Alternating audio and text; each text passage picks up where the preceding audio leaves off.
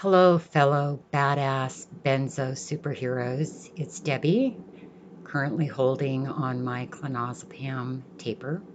So today I just want to say a few words about coronavirus. So yeah, as if benzo withdrawal and tapering isn't challenging enough, here we are. I'm already spending, a disproportionate amount of time with health anxiety in terms of, oh my God, is it withdrawal or is it something serious? And now, of course, I swear to God, like 10 times a day, I'm thoroughly convinced that I have coronavirus.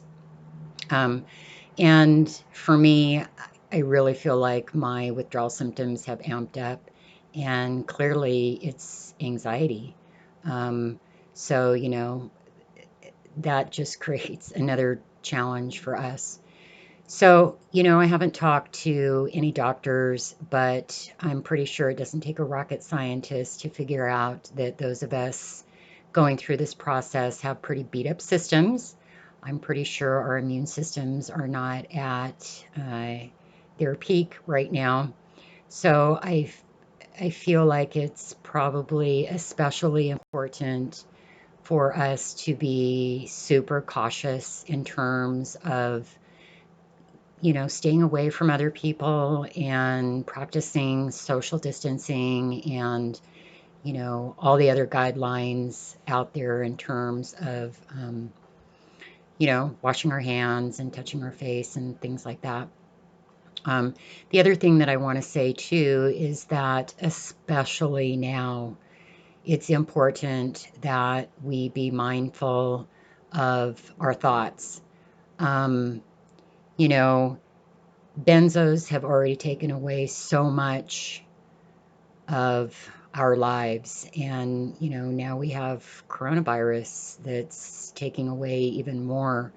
But the one thing that neither of those things can take away is our ability to choose what we think. Now, I realize that is so much easier said than done, trust me, because I'm catching myself all day long in terms of, what am I ruminating about? Um, so, you, whatever tools you were using before are even more important now. So, the yoga, the meditation, breath work, if you're not practicing those things, YouTube has a ton of videos out there on those things. And especially now, a lot of psychologists and spiritual leaders and motivational speakers have really stepped up and they've put out some really great videos on anxiety. And so I would really encourage everyone to spend less time watching the news. Again, easier said than done. Trust me, I have had days where I've spent 6, 7, 8 hours a day watching the news. And there isn't one single time where I've watched the news and I felt better for doing it.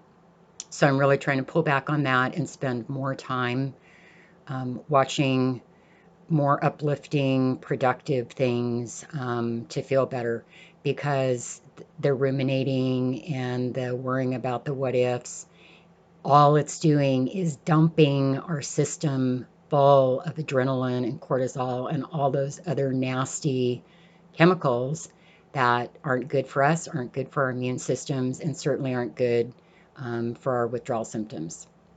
So, couple other things that I'm doing because if you've been following me, you know that I have a gift shop, which I have temporarily closed.